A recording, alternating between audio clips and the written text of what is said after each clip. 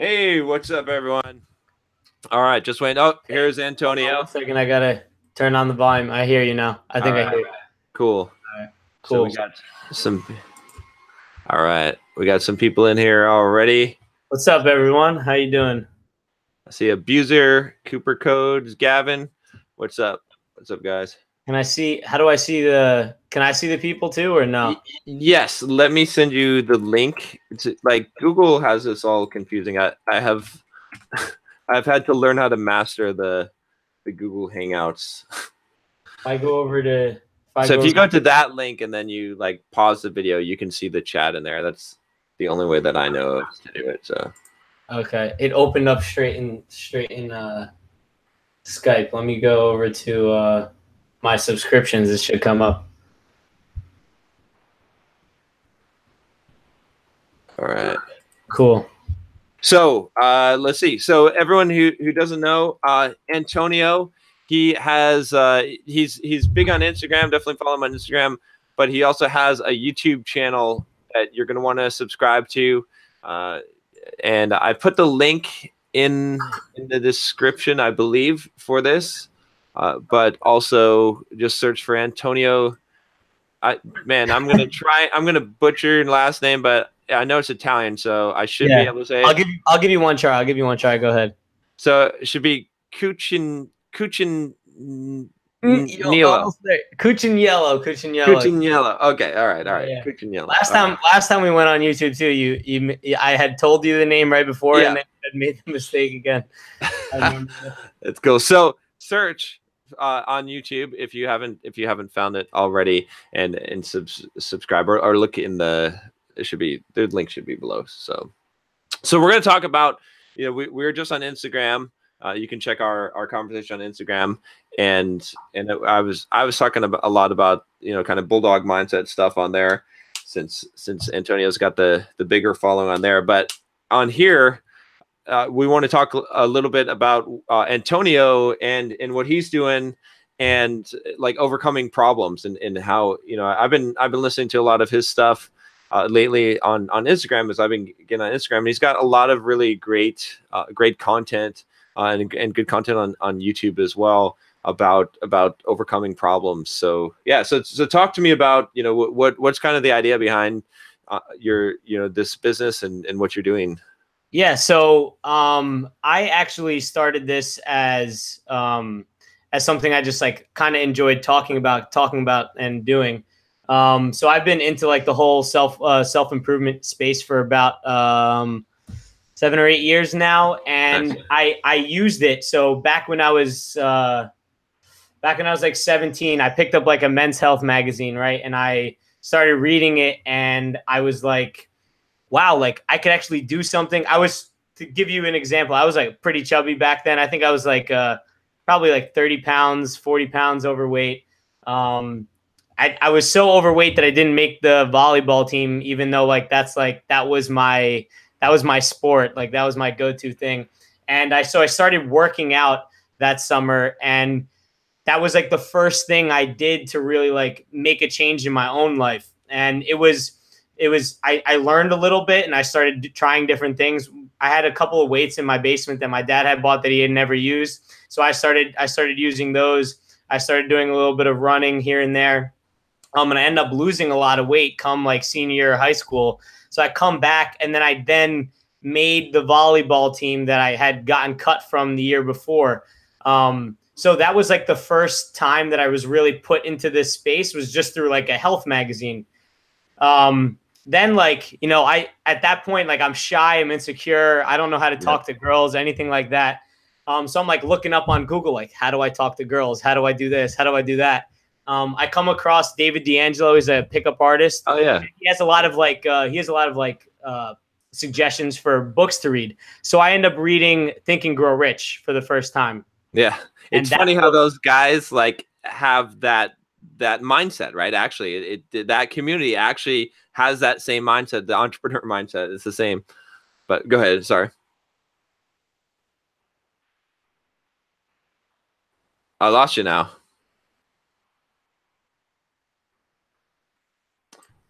Hold on. I think I lost you there for a second. Okay.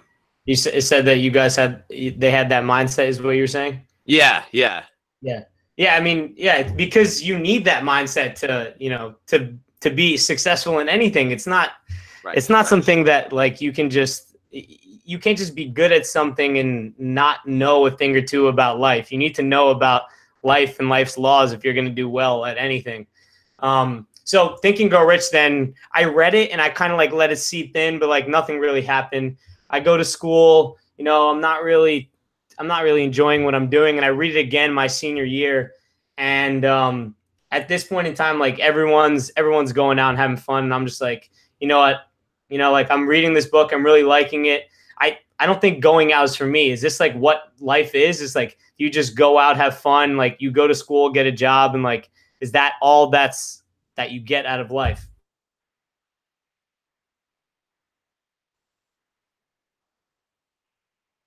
And I start watching you. I start watching a bunch of other YouTubers.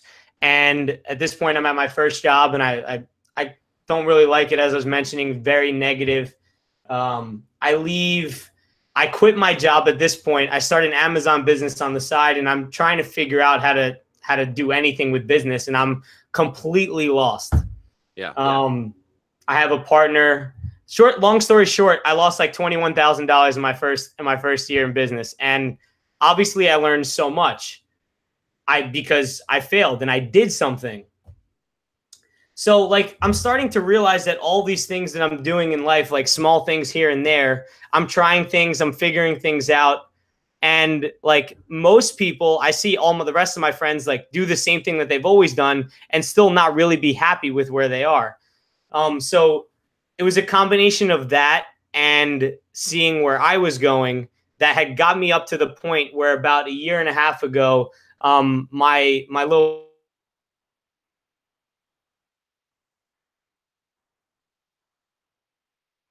school at the time, and that had hit me and my family really hard.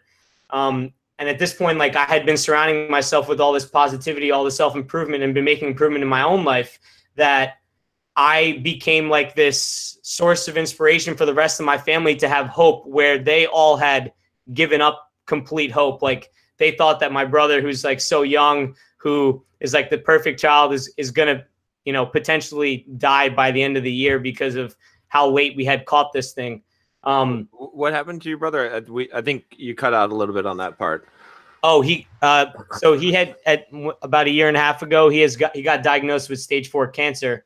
Oh, wow. Yeah. And so like at that point, it had hit my family so bad.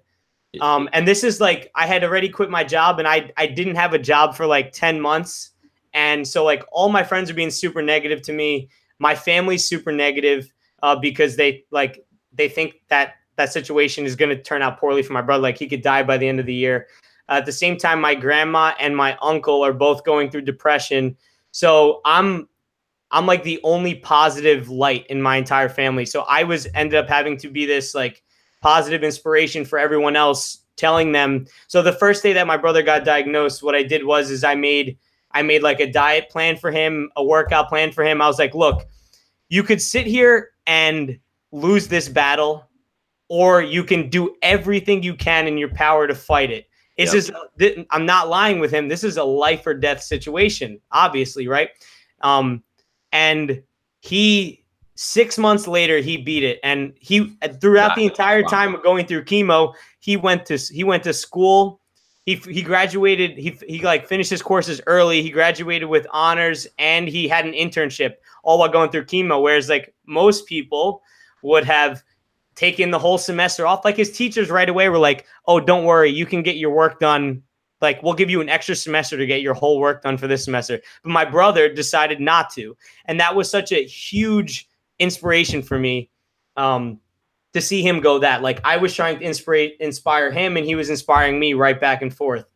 And that first day that he got diagnosed, I had always wanted to start a YouTube channel and talk to people about this, because I heard so many people complain their entire lives about this stuff. So I was like, you know what? I just need to pick up my camera and start talking about something. I don't care what it is. I'm going to suck. And if you go back 400 videos and watch my first one in my parents' backyard, I have my dad's camera. You could barely even hear my voice. I'm talking about the 10x book from Grant Cardone, 10x Rule by Grant Cardone, and I haven't stopped since then. At that point, I had made a commitment to myself that I would do one video a day. I did that for like 10 months, and I realized I needed to learn more about like video making. So it's like my entire life, I've realized that, you know, just try things and you're going to figure out along the way how you do them by trying things. So my whole mentality is that you can overcome any problem in your life as long as you're willing to take some action and learn from it. You might not have the plan all up front, but if you know a little bit, use that little bit to start doing something right now rather than sitting back and waiting 4 months for something to come to you. Do that little bit, and then you'll be able to keep going from there. You'll figure out, oh, this worked, but this didn't. So let me keep doing more of this, and let me try something else. And then that's how you can keep progressing. Otherwise, you'll just be stagnant your entire life, which is, to me, the worst thing that can happen. Yeah. So that's a little bit of my story there. Sorry if I rambled on a little bit. No, that's great. I love the story. I'm getting an echo. Oh, I'll lower your volume a little bit. Oh, okay. Is that better? Yeah, I think so. There's still a little bit. All right, still coming through a little bit. I'm disconnect my mic. I'll plug it up. All right. You hear me? Yeah. Yep. All right. I think we're good now. Okay. All right. Sorry about that. But no, that's crazy. It's amazing that, you know, that your brother went through that and actually, especially too, like it's interesting too. I think that, well, I have to ask the question of like where did this come from? Like both you and your brother, right? I mean, obviously you're talking about like you're surrounded by a lot of negative influences, people that don't have that same mindset. So where did you and your brother get this mindset? Like, so my brother really never had it.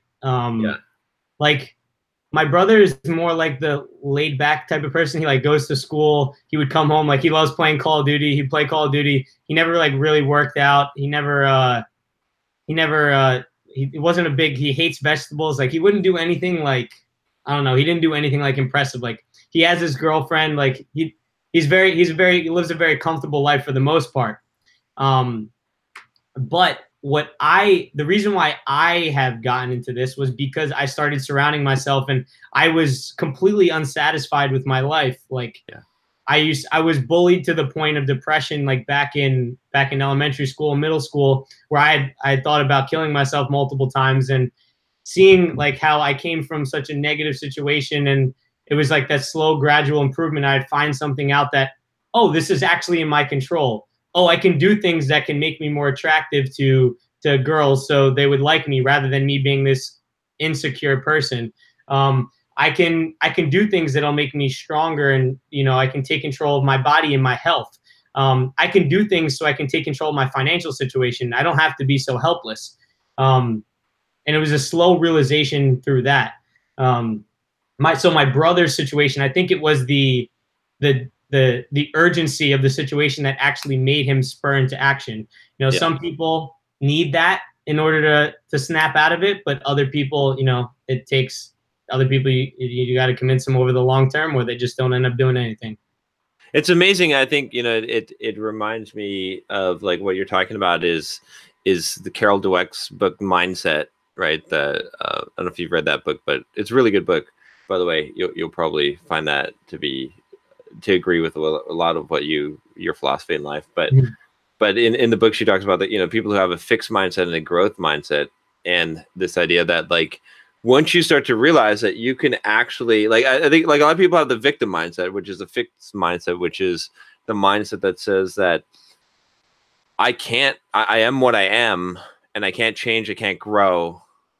And I think that once you start to overcome those barriers, like you said, like you figured out, oh, I could get in shape. Oh, hey, I could be, you know, I could be Rico Suave. I could attract women. Like, you know, I can be, you know, the public figure. I could be, you know, these things, and you can grow and become that. Then it changes your mindset. Now you have that growth mindset, and that's it's a much more positive mindset than the victim mindset, where everything happens to you, right? Is the victim mindset. It's all happening to you, whereas in the growth mindset, you're the one who's deciding what's happening.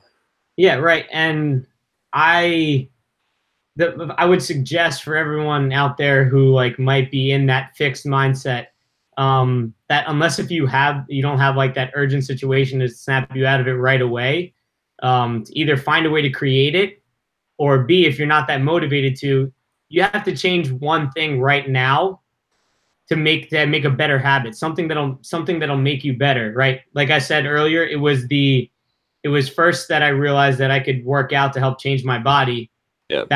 That helped me build one good habit. I stopped eating pasta. You know, growing up in an Italian family, pasta was for dinner every single night. I was chubby all my entire life. We got a pizza oven in my dad's backyard. Like, obviously, I'm gonna eat pizza all the time. Yeah. I don't know what you want me to do. But because I snapped out of it and I said, no, I'm not gonna have pizza. I'm gonna have spinach instead. I decided I took control of myself, and that one thing made me realize that, you know, I have so much power than I actually believed I did to begin with. And it was a slow transition to where I am today.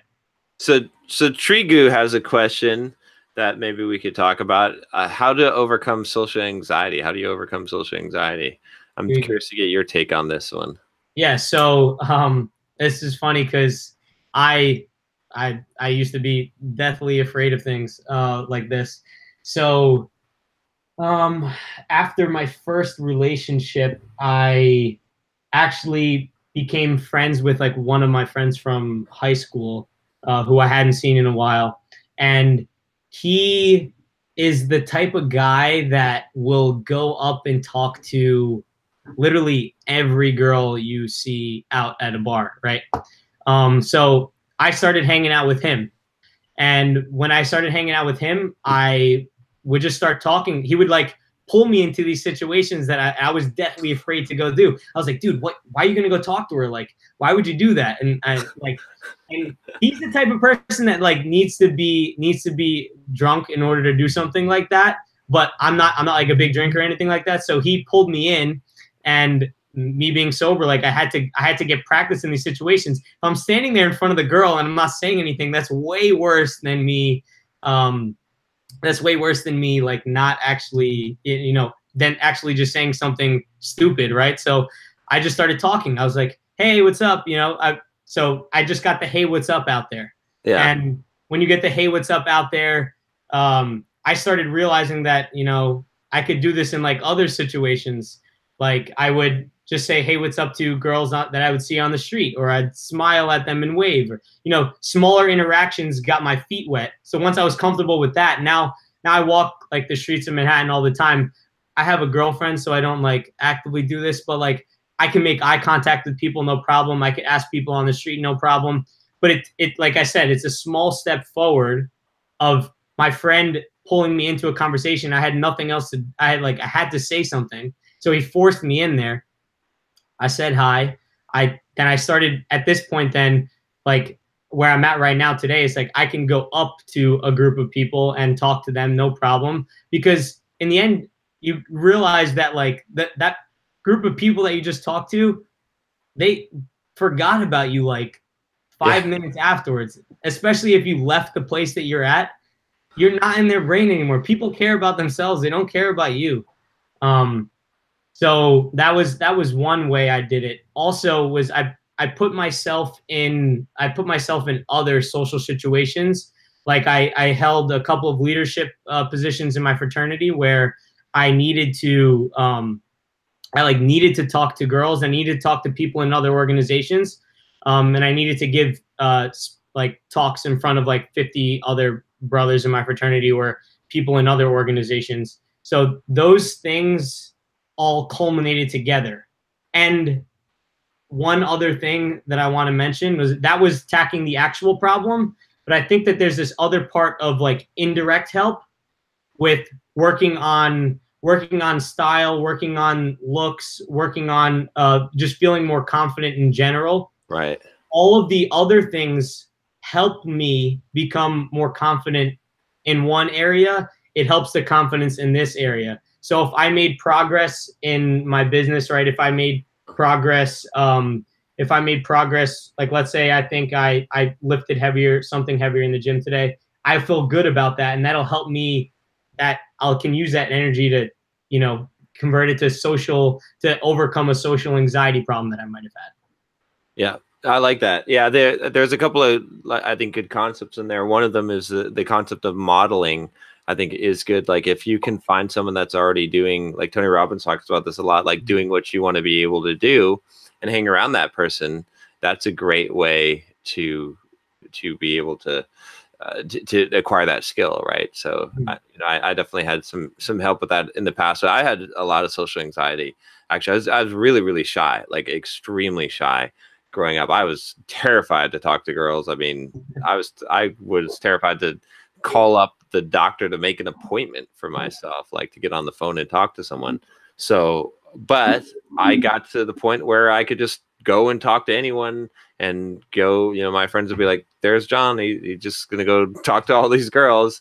And I think, but for me, one of the things that I had to realize was like, and I think this is kind of one thing like that helps in general too, with any kind of fear, is that it's not going to be easy, but it's okay. Like you just have to do it, right? Like it's like, like, okay, so a lot of people, I think they say, oh well, how do I overcome social anxiety? Don't overcome it. Just go and do the action even though you're anxious.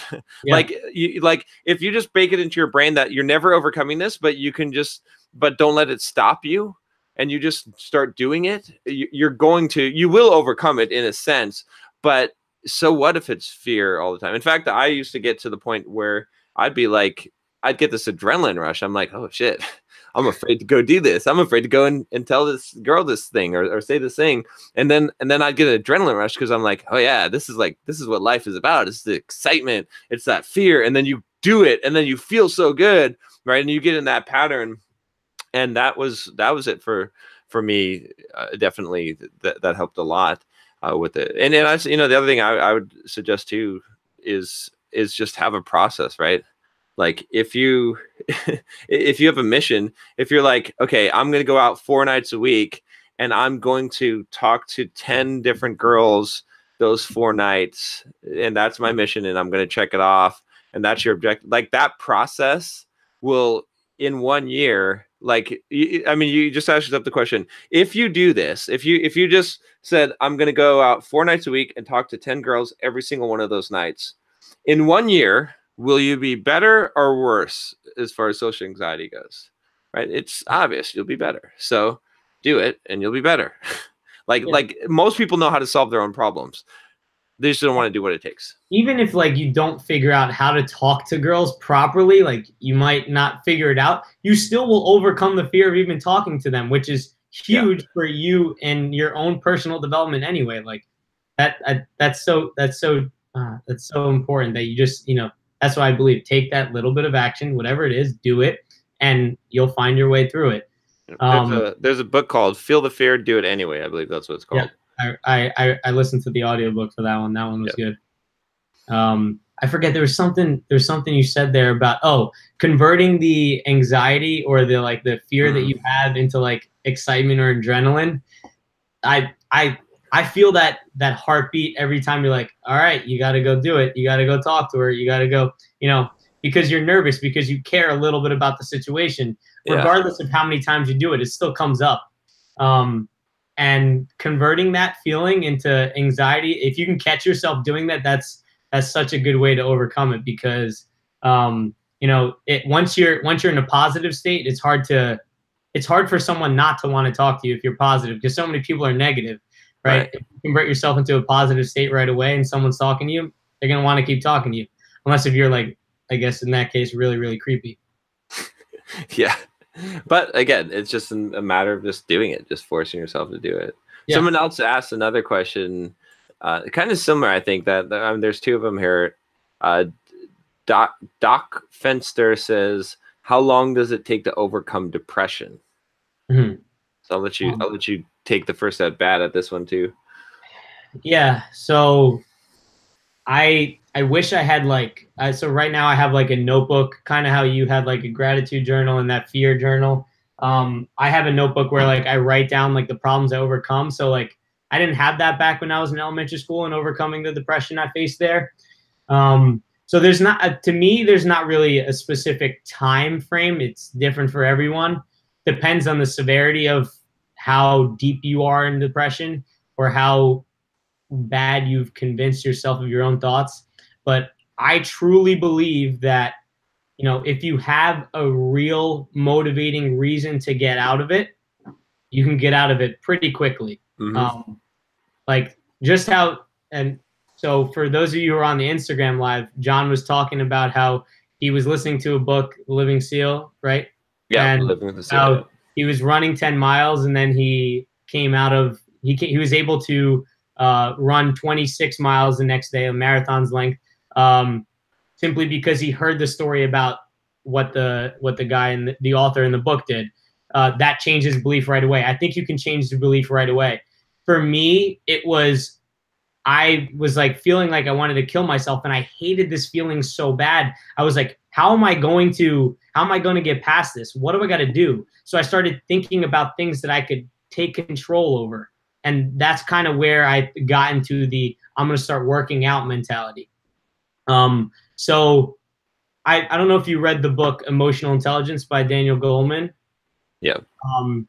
That's a great book. I've actually done a video on the chapter I think they did in depression. I don't remember it 100% now, but I believe you have to distract yourself of the actual sad thoughts that you're having. Because when we're ruminating on sad thoughts, what happens is it'll generate more and more sad thoughts. So the first thing is to get yourself out of the situation. Do the exact opposite of what the depression makes you feel. Yep. Which is go hang out with friends, go do something fun, watch a comedy skit, do something that'll get you out of that state first, and start building the habits around that. Every time you catch yourself doing that, start changing it. Start doing something that will get you to want to do something fun. You got to want to do something fun. You got to snap out of that. And then on top of that, you got to start challenging the thoughts that you're having. So a lot of the depression comes from what you're really thinking or what other people have told you. And I question for you to just pull out a piece of paper and start asking yourself, is this even real? Is what I'm thinking even real? Because a lot of times it's your own bullshit that you're feeding yourself.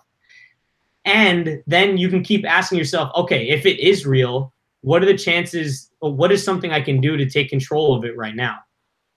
There's always something, whether it's, 1% or 0.00001%, there's something you can do about your situation to make it better. And when you feel like you have control over something, a lot of the emotional cloud that you have will go away. Yeah. Yeah, I agree. I would say that, in my opinion, and it's definitely not a popular opinion, but I think you can overcome it pretty much instantly, like immediately, like, and I've seen it, and I've experienced it for sure. I was at a Tony Robbins seminar, and he had someone that was, quote, suffering from depression, and he was like, he pointed to the mountain, and he's like, hey, look, you, like, what does it take? Like, I want you to, like, make yourself depressed right now, right? And you could visibly see, like, their shoulders went down, their head went down, right? And they're like, and he's like, you did that to yourself, right? It's like, so now put yourself in a non-depressed state, and they can do that. So instantly, like, and he was demonstrating the ability that we can instantly choose what our state is. Like, we can choose. I can make myself depressed right now if I want to, but I could also make myself be not depressed, to be excited, to be whatever it is.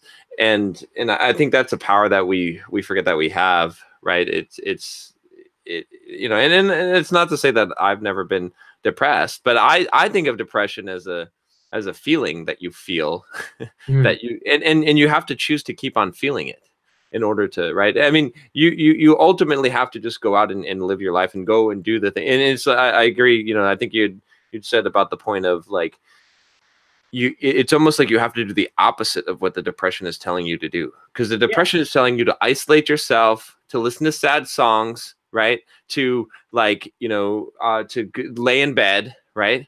And if you do the opposite of all of those things, you can't stay depressed. Like, it's like the depression wants you to stay, like, to be its buddy, like, stay with me, like, here, I'm in bed, so you need to be in bed, like, I don't want to see anyone, so you need to not see anyone. But if you're like, fuck you, I'm not, I'm not gonna hang out with you, I'm gonna go in and do this other shit, even though I don't feel like it, then you can't really stay in that depressed state when you take those actions. Yeah, and one of the big areas that I really care about in like the overcoming of the problems is the emotional intelligence aspect that we're just straight up not taught at all in school. And in fact, we're probably taught like worse ways to handle things in school. So every bit of problem that we have, like the emotional problem at least, the emotions are there to tell us something, whether it's positive or it's negative. We like the positive ones because they make us feel good, so we don't really question them. But then the negative ones, we don't want to deal with them. But that's the exact problem. The negative one is there to tell you something's up. You got to figure it out. I'm telling you something's wrong. You got to do some mental. But people don't know what's going on in their own head. They just feel the shitty feeling that they feel. So they just keep on going in the cycle of feeling the shitty feeling and not willing to pay attention to the negative thoughts because it scares them. Yeah. Why I talk about doing, I call them notebook sessions. This is what got me through my first breakup. My girlfriend of 2.5 years ghosted me for 33 days. Oh shit. It's a long ass story, but basically what I did was every single day I would like write out to myself, like, why am I feeling this? How am I feeling? And it brought so much clarity to what was actually going on in my life. And I started questioning, like I was saying, I started questioning those thoughts, like, you lived so many years of your life without her beforehand. Why do you need her now? You don't need her now. If she's willing to treat you like this, why do you even need her? Do you want someone that will treat you like this? And I started thinking the positive thoughts. I started spinning them right away. Exactly. But most people would just get into that cycle of not willing to pay attention to those thoughts. So I challenge all of you out there to sit there and actually spend time with your thoughts, and you'll find a lot out about you. And that's where the answer lies, is inside, because the emotion's there to tell you something. Exactly. Yeah, I totally agree. It's very true. And it's like, and there's a difference between, like, I think observing, accepting the emotion and letting it go, and dwelling on the emotion. And people get stuck in lots of cycles, in anger cycles, in sadness cycles that we call depression, in all kinds of different cycles, because they dwell on the that's why sad songs are so appealing to us, is because we like to be there. There's a sick side of us that enjoys the sadness, and it's it's part of the spectrum of life, all those emotions. And like, I guess one way I look at it too is, it's like, if you have a black and white TV, you're only going to see black and white. Yep. And so, yeah, you could have a life that doesn't have a lot of sadness in it, but it's also doesn't have a lot of happiness in it. If you want the full spectrum of life, you need a color TV, and that's going to have some colors you don't like, but it's also but you're going to get the full, that's life. And so you can kind of take some joy in the fact that you are able to experience sadness and grief and some of these emotions, because those emotions tell you that you're alive, and they also add color to life. If everything was happy all the time, it wouldn't be as good of a life, honestly. Like, I mean, would you trade, like, would you have your color TV only have like 4 colors, like just the ones you like? Like, it wouldn't be as good. And so that, at least that's what I tell myself a lot of times too, is I'm like, you know what, this is sadness. Okay. Okay. So it's sadness that I'm experiencing right now, but I don't have to stay here, but it feels good to experience this, to know that I'm alive and I'm a human being, and and this is part of that spectrum. So yeah. And like you said, like you're learning to appreciate it. so many people are like like scared of it happening that they make it even worse when it does. Like the fact that you're appreciating it, you're already doing way better than everyone else because you realize that there's something to learn from it. Yeah. And, you know, it's making you realize that when the happy day comes, I'm going to feel so much better because I'm actually going to realize that, you know, there are sad days and there are happy days. Whereas if you're the type of person that chooses not to feel any emotions, and this was me for a long period of time after having some, you know, depression, I thought it would be better to just not feel anything. Yeah. That's even worse because then life just doesn't become exciting at all. And it just becomes this, like, what are you even living for at that point feeling? And, you know, no one wants to do that. Yeah, I went through the same. I went through 3 stages of my life. One of them was hard on my shoulder, hard on my sleeve stage, where I was just emotionally weak. Things would just hurt me. I would feel sad, sorry for myself. I would feel, you know, rejected by people and upset and I would tell people about it. Right? Looking for sympathy, right? Then came the phase of fuck this. I'm about being numb, right? Of being like, just like, I'm completely invulnerable. I don't care. I don't care about you. You can't hurt me because I don't allow you to, because I don't give a fuck, right? And that was, I thought that was strong. I thought that was strength. And in that phase, there wasn't much color to life. It was not, it was like you said, it was drab. And I thought that was like the way to be strong. And then the third phase came where I realized that, like, you don't have to be a zombie. You don't have to be numb. Like, it's what I call the feel the pain and keep on walking phase, where I allowed myself to love. I allowed myself to feel loss. I allowed myself to feel happiness, to have anticipation, to be disappointed, all of these things. But then I took away the expectation on other people for anything. And I didn't let people put expectations on me. And I just said, you know, I'm just, whatever happens, whatever emotions that I have to go through and feel, I'm going to feel them, but I'm not going to stop. I'm not going to let it stop me. I'm just going to keep on walking. Right. So, you know, it's that whole, it's better to have, you know, experience love and lose it than to not experience it at all and to embrace that. So that was the true strength, is what I found, was to be the person that can actually, is a human being, can actually experience all these things, but never lets it stop them or affect their actions. Even though they feel those emotions, they accept them, they feel them, they let them go, and they keep on moving. Yeah. And there's another point that I want to make here, is that, you know, no matter how good you are, no matter how positive you are, you're gonna have those bad days. And like you said on the Instagram live we were doing, it's not about, you know, always being this positive person that never gets negative. It's about being the person who faces those negative times and, you know, 1 minute later is back up on his feet again and ready to go.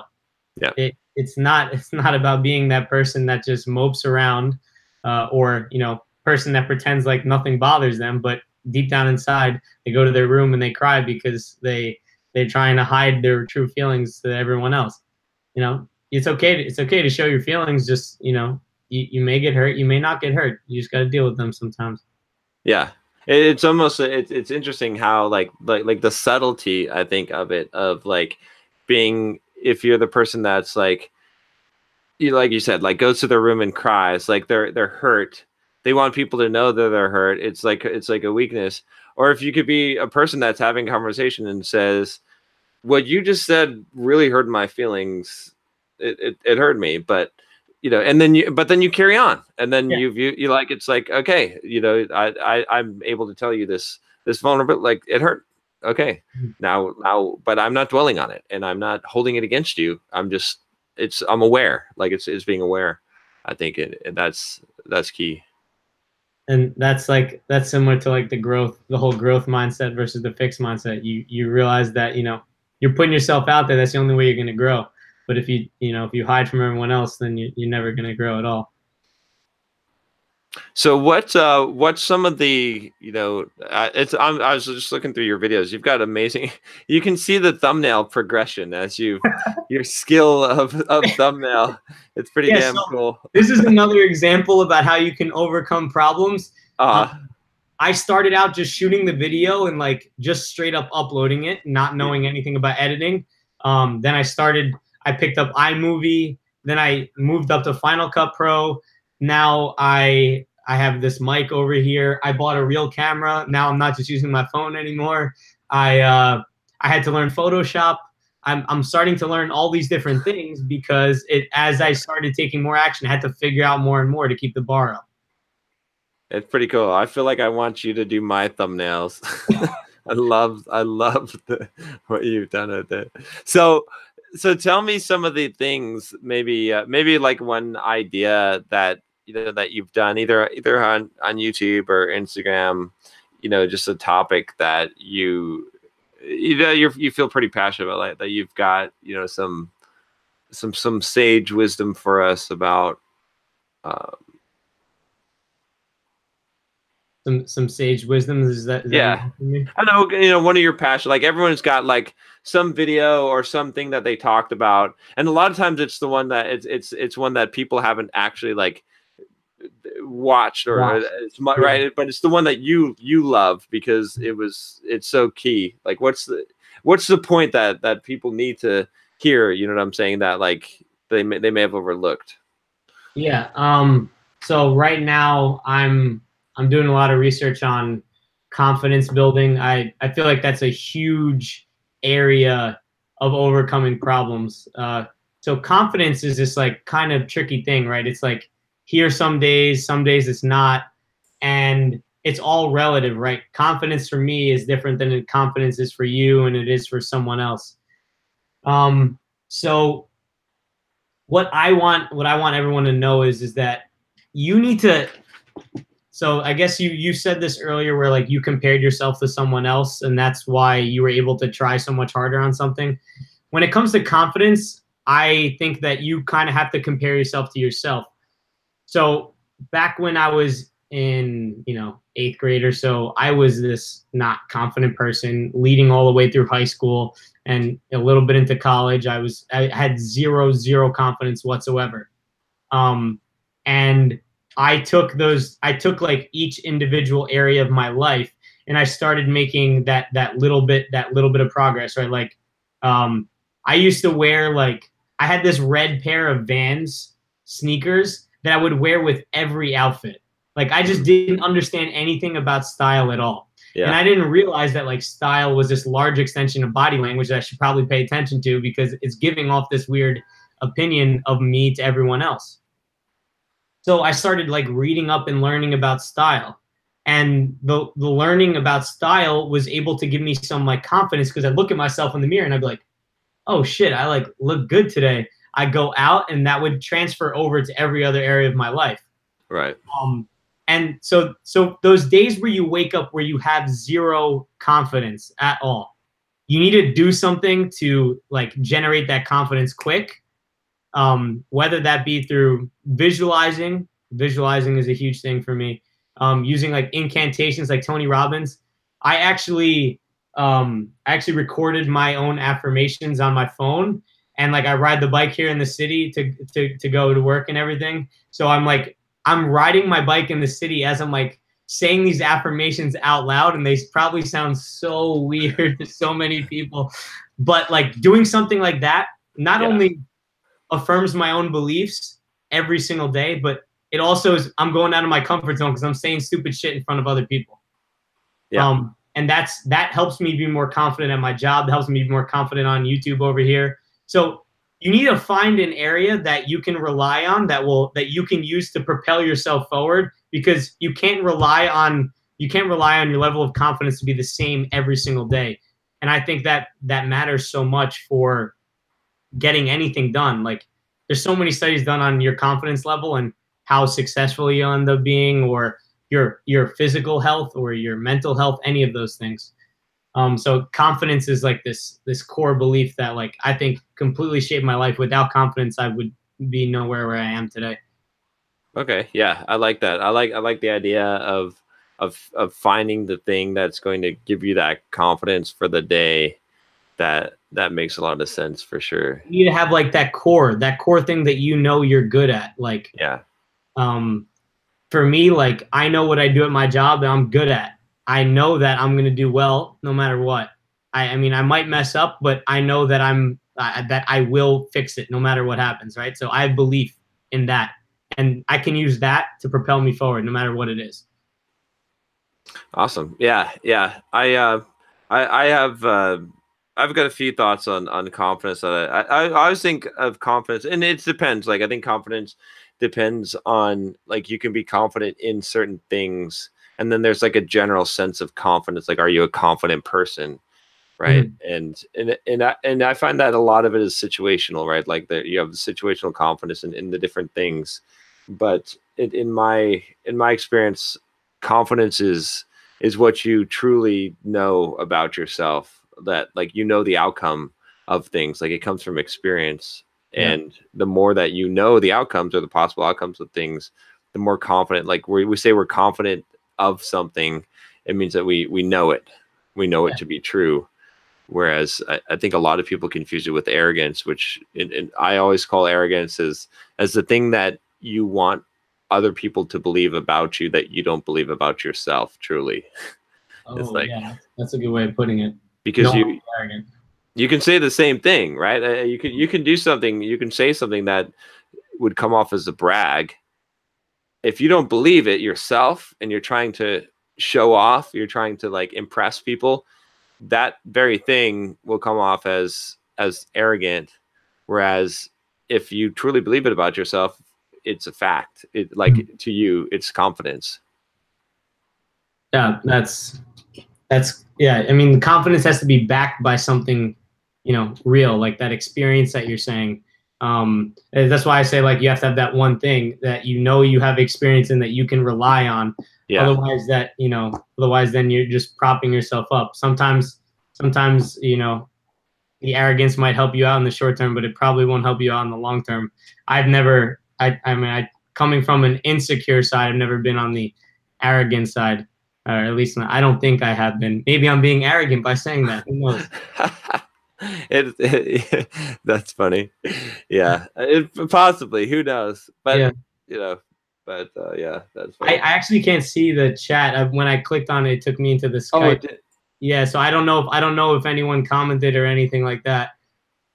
let me see. There's someone Charlaya said awesome stream so far. So we got the question on the depression, and I don't see too many more questions coming in here. Someone says, Mr. Conway says John loves to pull the TV card, waiting for his chance to use it. The TV of not watching TV. I guess so. Or a TV metaphor. I don't know. Yeah, I mean, I talk about not watching TV for sure. Oh yeah, I'm with you on that. But yeah. I still know so many people that come home and just watch Netflix all the time, and I just like, oh, do you feel good about yourself when you're done with that? Like, what did you get out of that? Just like knowing that you know about this TV show that someone else spent hours to make, and you help them be successful. I don't know. To me that doesn't make me feel good. Yeah, and it is programming you. It is like, you don't realize what the mindset that is being conveyed by a lot of these messages from television. People don't realize that it does change them. So Yeah, because it's someone else's thoughts, someone else's ideas coming out onto, through a visualization on TV, through actors. And, they have political beliefs, they have their own beliefs, whatever they are, it'll come out through what they're showing. They have an intention as to why they wanted to create this thing. They're passionate about it. Otherwise, exactly. it wouldn't be on Netflix, right? So, or any TV for that matter. Yeah, that comes back to also like the question, like on the Instagram, where someone was asking about, like, could they do the business and the social life, and if you cut out the TV, Yeah.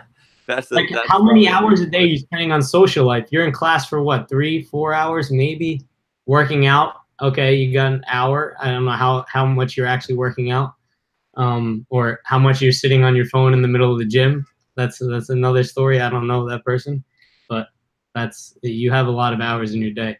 You just gotta take note of them, which It's is fun. something I do every once in a while. I try to map out how I'm spending the 24 hours in the day. Yeah, that's a good exercise for sure. That will shock a lot of people. Yeah, you'll realize that, oh shoot, I was wasting these 3 hours every single. I mean, some people it's even more than that. You'll be like, oh wow, I need to do something about that, and then you realize that you actually have more time in your hands than you thought you did. Joe's being snarky in here. Joe Colintano, he's saying that isn't watching YouTube videos like this watching TV. And I equate it to something different because of what you're getting, right? Like, I mean, it depends on what you watch, but if you're watching people, if you're listening to messages that are positive messages that are the influence that you want to have, that you're choosing to to have, not for just entertainment purposes, then it's a totally different beast. But you can spend too much time watching YouTube videos and watching Pluralsight videos and watching whatever, like training and learning, but not actually doing. For sure that happens as well. And the one thing I'd say too is also, like, I always talk about time. If you do what you intend to do, time is never wasted, right? Like there's nothing wrong with, like, if you want to watch TV, that's fine, but you have to intend. Like, if you said, the problem I think that I have with people watching TV, and it could be the same with YouTube, is that, like, it's not like you said, oh, I'm going to spend an hour watching TV right today. Like, it's like you just end up watching it. You end up watching it for several hours or whatever it is. You haven't actually planned that time out, because I'll take time. Like, I mean, I hardly ever watch movies or anything, but sometimes I'll be like, okay, tonight I'm going to watch a movie. Like, and that's planned time that I'm not wasting the time because I actually plan to do that. But if I'm just like binge watching Netflix, just wasting my time because I haven't planned that time, then I think it's an issue. Yeah, no, your mind will choose the path of least resistance unless if you've like planned it out and left it no other option to do that one thing. Like, if I say I might fast today, you're not going to fast today. You have to say, I'm going to fast today. Like you said, commit. Right.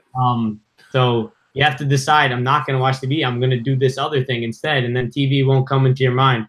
The other point I had about watching the YouTube, two things. The YouTube is good if you're watching, like you said, the right people. And then I think Tim Ferriss talks about this, is like just in time information, where you're like, it's good to watch people like John on YouTube all the time, because he'll like help your mindset a lot if you want John's mindset. But you have to limit it to, maybe just watch the video that you're facing right now. Maybe you're struggling with talking to girls. If that's your situation, then watch a couple of videos on talking to girls and take action from that, rather than, watching every single video in your subscription feed. That's probably not the best use of your time if you subscribe to 100 channels, right? That's probably several hours of time wasted, and you're not going to take action on any of it. Watch a couple of videos and take some action right away, and this way you start building that habit. And then the other thing about the movies is, like, a movie or a TV show can be a good influence. Like, for me, watching Pumping Iron, to hear Arnold talk about how he focuses on the muscle as he's training, or how he was visualizing, to me, that's beneficial because I wanted to learn about that. And there may be a movie or a TV show that talks positively about something that you need. And that's why you can, but the chances of that happening in a movie or a TV show are a lot slimmer than in a YouTube channel like this one. So that's the difference. Yeah, for sure. I agree. It's and then a lot of times you're getting a curated, like, entertainment packed. A television program or a movie is designed to be entertainment packed, and whereas you're not getting the raw content. But sometimes too, like, I think one of the things that I've found I've gravitated towards, I used to listen to a lot of podcasts, and I stopped. I basically don't listen to podcasts anymore, because I'd rather spend that time. It's all about where you're going to spend the time. I'd rather spend the time listening to audiobooks, because even though some podcasts have had some really useful information.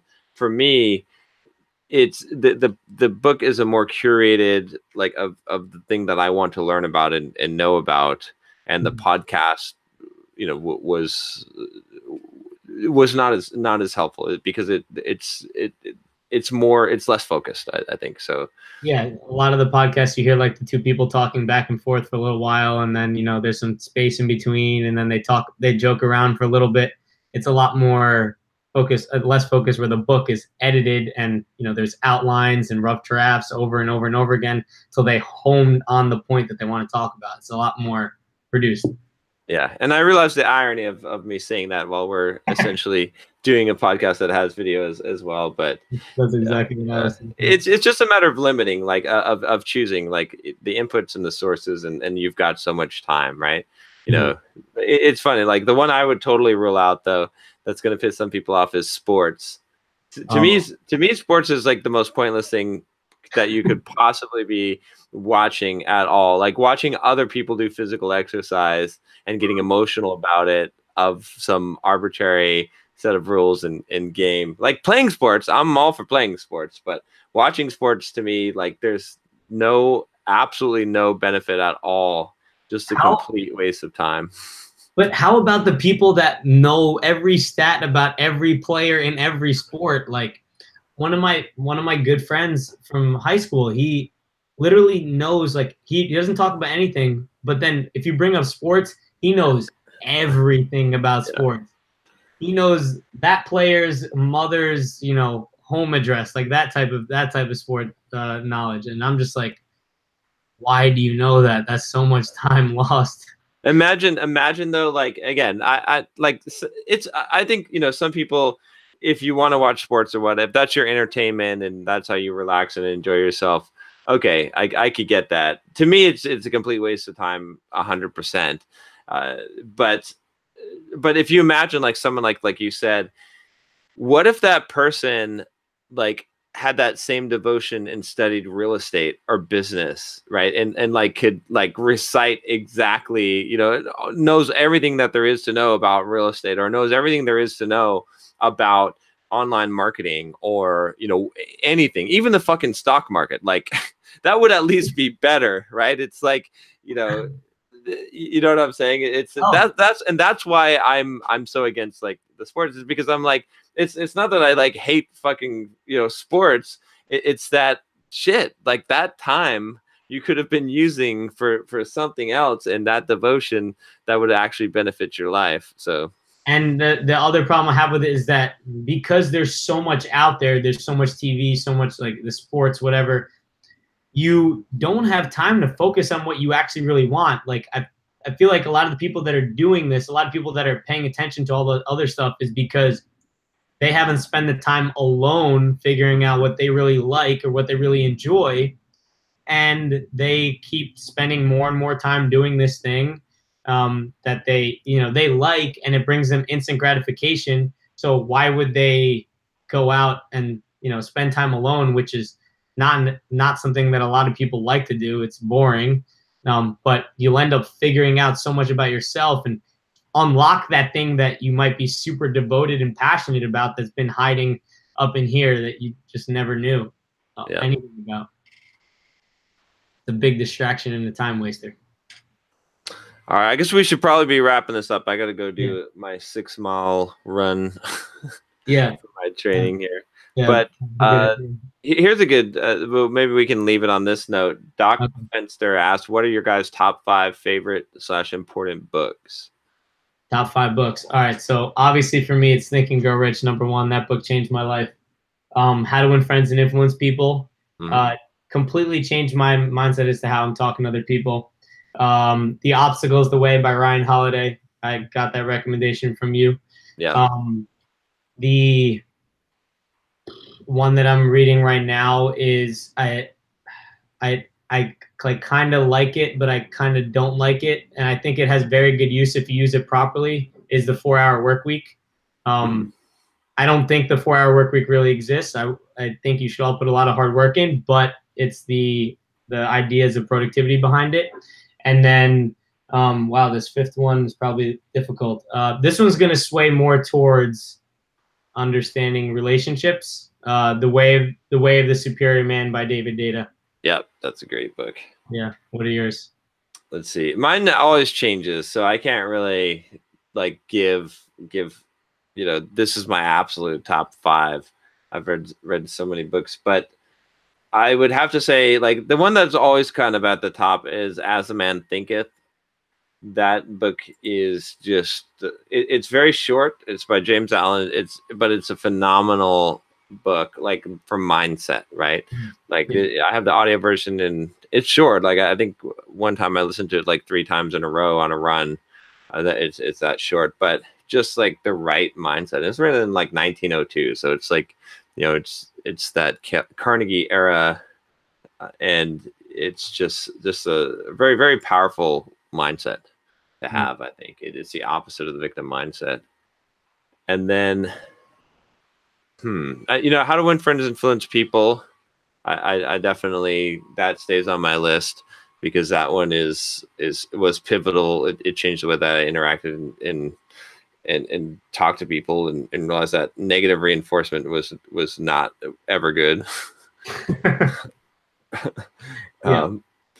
War of Art by Stephen Pressfield. That one was a book that helped me to overcome procrastination and to realize that everyone suffers with it. And there's just so much wisdom in that book, I feel like, and it's so poetic as well. And that was one of those books that really changed my life. The idea of going from the amateur to the professional, like the idea that like you don't have to like it, you don't have to have motivation, you don't have to feel like doing it, but just sit down at your fucking desk and you do the work, right? The idea of doing the work is so critical. And I mean, heck, I would, if I didn't read War of Art, I wouldn't have written my books, because like getting through writing a book is a difficult process. You just have to do it, whether you feel like it or not. Let's see, what else would I have on here? I mean, I guess I go audiobook list. What's that? Are you looking at your audiobook list? I was looking at like a article I've done before, but I should look at my audiobook list to see if there's new ones that are on there. I mean, The Way of the Superior Man is definitely awesome book. That changed my mindset completely when it came to male and female dynamics. Yeah, to understand that, like the difference, the difference between masculinity and femininity, and why that's important, and how to act as a man. I believe that is critical. So it depends on the context too. I think one book though I'll say I think I'll throw out here is Man's Search for Meaning by Viktor Frankl. Yeah. Oh, yes. Yeah, that book is so good just because it's the ultimate book that tells you that your circumstances do not define you, right? It's like we were talking about on the Instagram feed about the how I always say that's great because, and that's really the core of that idea is what he says in that book, is because he was in a Nazi concentration camp being abused, having all of his family killed, right? Probably going to die himself, being physically abused, emotionally abused, sexually abused, like, and he still maintained the positive attitude of that. The one thing they couldn't take from him was his interpretation of the situation, like how he decided to interpret everything that was happening to him, and to have the positive mindset. And like, I always throw that in the face of anyone that says, well, but my circumstances are so bad. I'm like, well, I don't know. Maybe you should read Man's Search for Meaning and see if you're like the unique snowflake in the world that has it so bad. Yeah, that was one book I gave to my grandma as she was going through depression, because you always have that space in between to decide if that's that thing. And I falter on that all the time, but the more you recognize it, the more you know that's possible, the quicker you can bounce back. Let's see. I'm trying to think if there's another one that I'm trying to look for a recent one that would be really good. It's so contextual though. Like it's hard for me to pick like because it depends on what do you want to learn, right? And what is important to you. Like And Think and Grow Rich and How to Win Friends and Influence People are so good for so many different purposes that, you know. Yeah, it's a general, like, really good one. You know, I'll throw one out here today, which would be, where is it? Oh, you know what? Yeah, the one I'll throw out today is Anti-Fragile. Anti-Fragile. Yeah, I don't think I've heard of that one. I gotta write that. I never can get this guy's name, so I'm gonna force myself to. I know all of his names, Nicholas Taleb, Nassim, but so it's Nassim Nicholas Taleb. That's his name, the author. All of his books are great. They're awesome. Like every single one of his books, love it. They're just very good intellectual, like the way he thinks. But Anti-Fragile is a great one for the Bulldog mindset, because it's basically the concept of Anti-Fragile is that you've got things that are fragile, and so chaos and shaking them, and you know that causes them to be destroyed, or it weakens them. And you've got things that are not fragile, which are not, you know, influenced either way.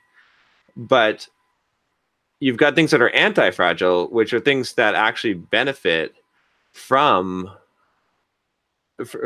chaos and from disruption and from, right, like, you know, the calluses on your hands, right? Your hands in that sense are anti-fragile, because the more that you have